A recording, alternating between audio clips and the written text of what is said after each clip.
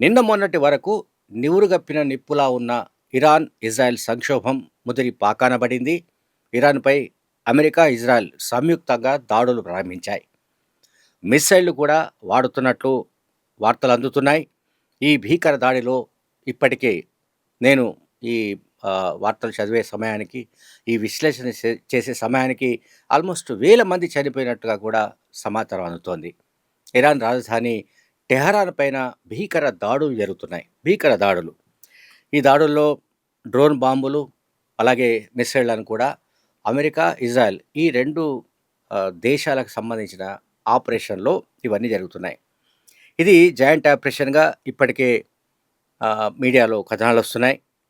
అలాగే టెహరాన్‌లో అంటే ఇరాన్ క్యాపిటల్‌లో వరుసగా పేలుళ్లు సంభవిస్తున్నట్లుగా కూడా పలు ఏజెన్సీలు తెలియజేశాయి. దట్టమైన పొగలు మొత్తం టెహరాన్‌ను చుట్టుముట్టాయి. టెహరాన్ నగరం అంతా కూడా పొగలు ఆవరించుకున్నట్టుగా కూడా తెలుస్తోంది.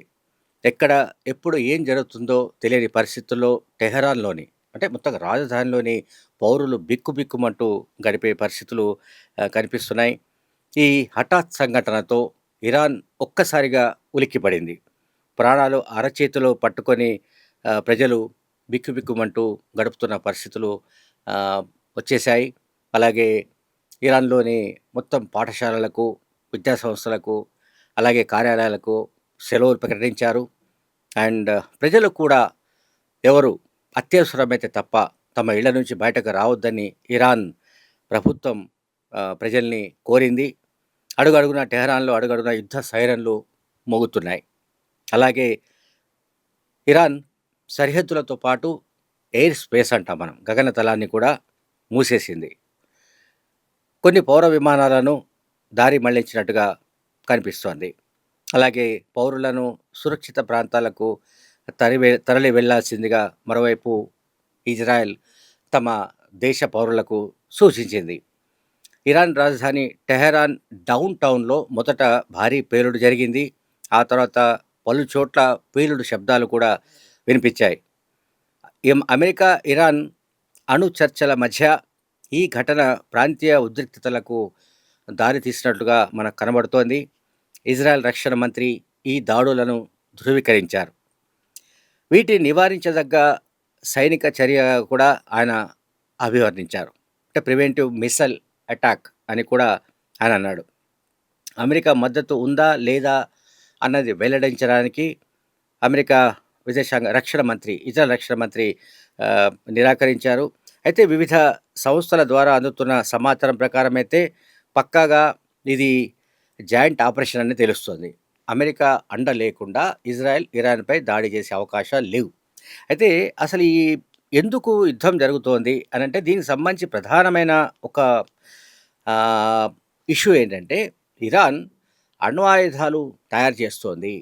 అంటే అదొక అణ్వస్త్ర దేశంగా తయారవుతుందన్న ఉద్దేశంతోటే ఈ రకమైన అటాక్ జరుగుతున్నట్టుగా కనబడుతుంది. అంటే ఇక్కడ మనం ఆలోచించాల్సింది ఏంటంటే ప్రపంచంలో అమెరికా మినహా మరే దేశం కూడా న్యూక్లియర్ పవర్ ఉండరాదని అండ్ శక్తివంతమైన అణ్వాయుధాలను తయారు చేయకూడదని అమెరికా ఇప్పటికే ఆంక్షలు విధించింది.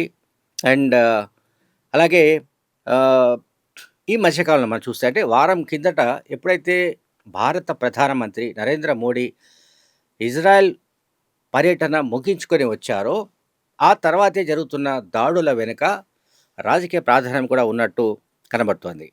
అయితే దీని ప్రభావం భారతదేశంలో కూడా చాలా ఎక్కువగా భారతదేశాన్ని కూడా ప్రభావితం చేసే అవకాశం ఉంది. చాలా ఎక్కువగా ప్రభావితం చేసే అవకాశాలు మనకు కనబడుతున్నాయి. ఎందుకంటే ఒకటి చమురు దిగుమతి చేసుకుంటున్న దేశాల్లో ఎక్కువగా మనము దీనిపైన ఆధారపడతాం వివిధ దేశాలపైన.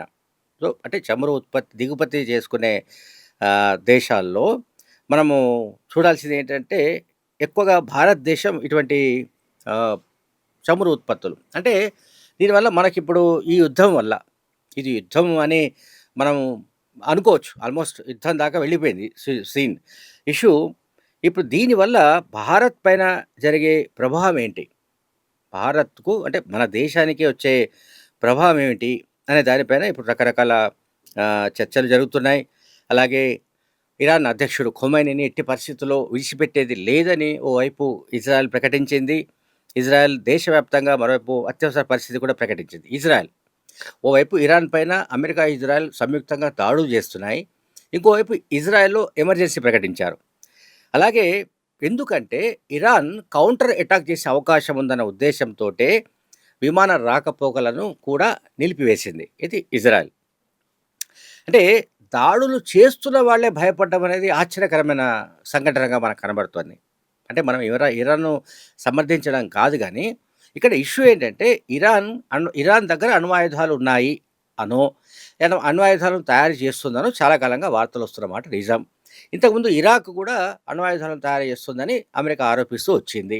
ఇప్పుడు ఈ కాంటెక్స్ట్‌లో ఇజ్రాయెల్‌తో కలిసి అమెరికా దాడులు చేస్తున్న సమయంలో ఇజ్రాయెల్ తన గగనతలాన్ని మూసివేయడం, విమానాల రాకపోకలు నిలిపివేయడం, మొత్తం పౌర విమాన సంస్థల్ని కూడా నిలిపివేయడం, స్కూళ్ళు, ఇతర ఆహ్, కార్యాలయాలను కూడా నిలిపివేయడం, ఇవన్నీ కూడా మనం గమనిస్తున్నాం. నేను ఇంతకుముందు చెప్పినట్టే ఇరాన్ అణు కార్యక్రమాన్ని ప్రారంభిస్తోందనో, అంటే బాలిస్టిక్ క్షిపణుల అభివృద్ధి జరుగుతోందని ఇజ్రాయెల్, అమెరికా గడిచిన కొన్నేళ్లుగా, కొంతకాలంగా తీవ్ర ఆందోళన వ్యక్తం చేస్తూ వచ్చాయి. ఇదే అంశం పైన ఇటీవల దౌత్యపరమైన చర్చలు కూడా జరిగాయి. ఆ చర్చలు ఫలించలేదు. అందువల్ల అమెరికా ముందుగానే ఆ ప్రాంతంలో భారీగా సైనిక బలగాలను మోహరించినట్టుగా కనబడుతోంది. 2025లో కూడా ఇరాన్, ఇజ్రాయెల్ మధ్య నేరుగా క్షిపణి దాడులు అంటాం, మిస్సైల్ అటాక్స్ అలాగే డ్రోన్ దాడులు కూడా జరిగాయి. ఆ ఘర్షణలో అప్పుడు కూడా వందలాది మరణించినట్టు నివేదికలు వెలువడ్డాయి 2025లో, అంటే 1 ఇయర్ క్రితం. ఇప్పుడు మళ్ళీ ఈ దాడులు జరుగుతున్నాయి. అయితే ఈ దాడి మిడిల్ ఈస్ట్ కంట్రీస్‌లో ఖచ్చితంగా ఇది పెద్ద యుద్ధానికి దారితీసే అవకాశాలు ఉన్నట్టుగా ఆహ్, చాలామంది డిఫెన్స్‌కి సంబంధించిన విశ్లేషకులు చెప్తున్నారు. అలాగే ఓవైపు ఇరాన్ కనుక కౌంటర్ అటాక్ చేస్తే అమెరికా స్థావరాలు లేదా అమెరికా మిత్ర దేశాలు కూడా లక్ష్యంగా మారవచ్చునని ఇరాన్ ఇదివరకే హెచ్చరించింది. అంటే మీరు మా మీద అటాక్ చేస్తే మేము మీ మీదే కాదు, మీ మిత్ర దేశాల పైన కూడా అటాక్ చేస్తామని ఇరాన్ హెచ్చరించింది. ఇది కూడా మనం గమనించాల్సిన అవసరం కనిపిస్తోంది. అలాగే మొత్తంగా అసలు భారత్ పైన ప్రభావం గురించి మనం మాట్లాడాలి. ఎందుకంటే నేను ఇంతకుముందు చెప్పినట్టుగా ఒక చమురు ఉత్పత్తుల సంబంధించిన దిగుమతిలో మనం టాప్ మొత్తం వరల్డ్‌లో. సో, అటువంటప్పుడు ఇంధనం ఖర్చు పెరిగిపోయే అవకాశం ఉంది. అలాగే మనం రెగ్యులర్‌గా వాడే ఆహ్, ఏవైతే వివిధ రకాల ఆహ్, ఫర్ ఎగ్జాంపుల్ గ్యాస్ కావచ్చు, లేకపోతే పెట్రోలియం కావచ్చు, ఇతర మొత్తం కూడా, అంటే ఆయిల్ రిలేటెడ్ అన్నీ కూడా మనకు పెరిగే అవకాశాలు చాలా పెద్ద ఎత్తున కనిపిస్తున్నాయి. అలాగే మార్కెట్ల పైన ప్రభావం చూపే అవకాశం ఉంది. అండ్ కమర్షియల్ ఇష్యూస్ పైన ప్రభావం చూపే అవకాశం ఉంది. ద్రవ్యోల్బణం కూడా పెరిగే ఛాన్సెస్ లేకపోలేదు ఇండియాలో. అలాగే భారతదేశం నేను ఇంతకుముందు చెప్పినట్టుగా కరెక్ట్‌గా చెప్పాలంటే మొత్తంగా ముడి చమురులో 85% మనం దిగుమతి చేసుకుంటున్నాం. 85% మనం వాడుతున్న దాంట్లో 85% మనం దిగుమతి చేసుకుంటున్నాం.